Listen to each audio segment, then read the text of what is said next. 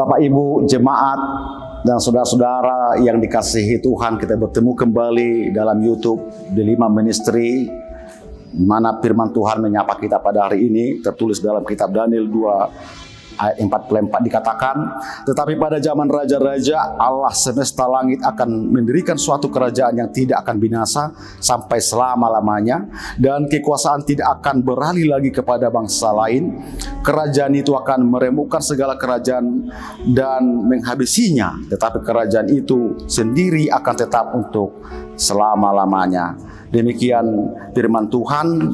Bapak Ibu jemaat yang dikasihi Tuhan, kitab Daniel termasuk salah satu kitab yang paling sukar untuk kita pahami secara umum, di mana di dalamnya terdapat banyak nubuat mengenai kerajaan-kerajaan dunia yang pernah mencapai masa kejayaannya, dan juga berisi nubuat tentang akhir zaman yang akan digenapi nanti. Di sini kita dapat melihat dan memahami kisah Daniel dan teman-temannya, Sadrak, Mesak, dan Abednego. Mereka adalah orang-orang muda dari Yehuda yang pada waktu itu ditawan dan ditaklukkan oleh kerajaan Babylon. Mereka adalah orang-orang yang berpengetahuan tinggi, yang dipilih dan dibawa untuk dilatih secara khusus agar mereka bisa bekerja di istana raja. Dalam kitab Daniel pasal 2 ini diceritakan kisah mimpi Raja Nebukadnezar yang menggemparkan seluruh negeri, di mana di dalam mimpinya sungguh menggetarkan hatinya dan membuatnya gelisah. Namun ia tidak memahami apa arti mimpinya tersebut. Maka dikumpulkannya lah segala orang-orang berilmu, ahli jampi, orang-orang bijak di seluruh negeri untuk mengartikan mimpinya di hadapannya. Namun tidak seorang pun dari mereka yang sanggup menafsirkan apa mimpi dan arti mimpi Raja Nebukadnezar tersebut. Hal ini membuat Raja Nebukadnezar murka dan akan membunuh mereka semua jika tidak mampu menunaikan tugas dari raja. Ketika mendengar berita ini, maka Daniel berdoa memohon belas kasih Tuhan agar dapat menyingkapkan arti mimpi dan memaknainya. Lalu Daniel melihat suatu penglihatan di mana patung yang dilihat Raja Nebukadnezar dalam mimpinya adalah patung logam yang tinggi dan berkilau-kilauan yang berdiri tegak di hadapannya dan tampak begitu dahsyat. Adapun patung itu kepalanya dari emas tua, dada dan lengannya dari perak, perut dan punggungnya dari tembaga, sedang pahanya dari besi dan kakinya sebagian dari besi bercampur tanah liat. Hal itu menubuatkan 4 kerajaan besar yang berkuasa secara berurutan yang tercatat dalam sejarah dunia, di mana Babylon adalah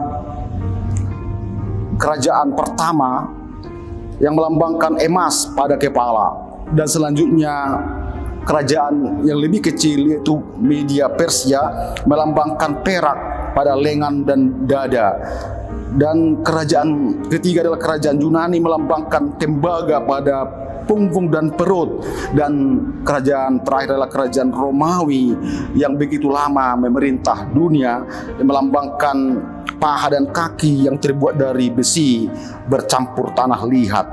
Khususnya jari kaki pada patung logam dalam mimpi Raja Nebukadnezar yang berjumlah 10 menunjuk kepada kerajaan Romawi yang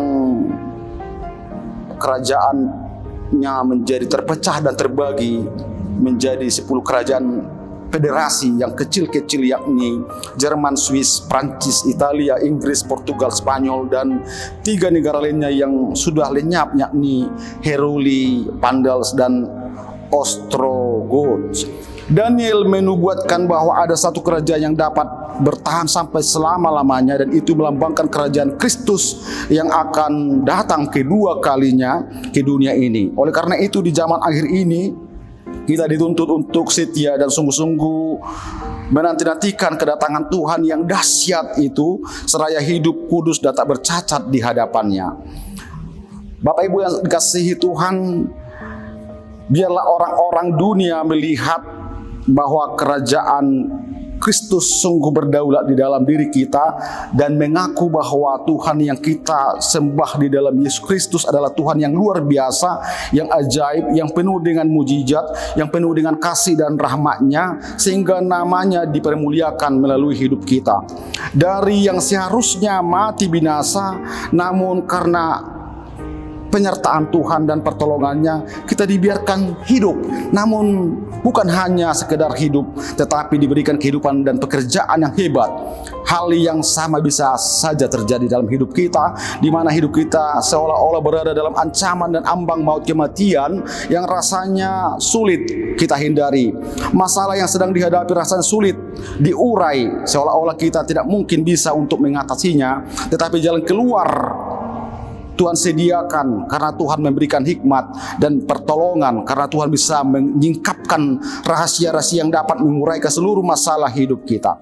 Bapak Ibu jemaat yang dikasihi Tuhan, melalui kisah Daniel dalam nas ini kita diingatkan bahwa meski Daniel yang ditawan di negeri asing, namun karena ia setia kepada Allah yang hidup, sehingga Allah bisa memakainya menjadi saksi di Babylon. Dan pada akhirnya Raja Nebukadnezar mengakui bahwa Allah Daniel adalah Allah yang berada di atas segala Allah. Ia berkuasa atas segala raja dan berkuasa menyingkapkan rahasia-rahasia, dan atas kesetiaan Daniel ia mendapatkan penghargaan dan hadiah yang besar dan diangkat menjadi penguasa Babel. Bapak Ibu jemaat yang dikasihi Tuhan, melalui kisah ini sebagaimana Daniel Tuhan pakai menjadi saksinya dan sebagai alat untuk kebesaran namanya, kita juga akan Tuhan pakai lebih hebat lagi asalkan kita setia dan menyelaraskan diri dan hidup kita dalam tuntunan Tuhan, maka hidup kita akan berdampak dan semakin terberkati atas sekalian orang. Amin. Tuhan Yesus memberkati.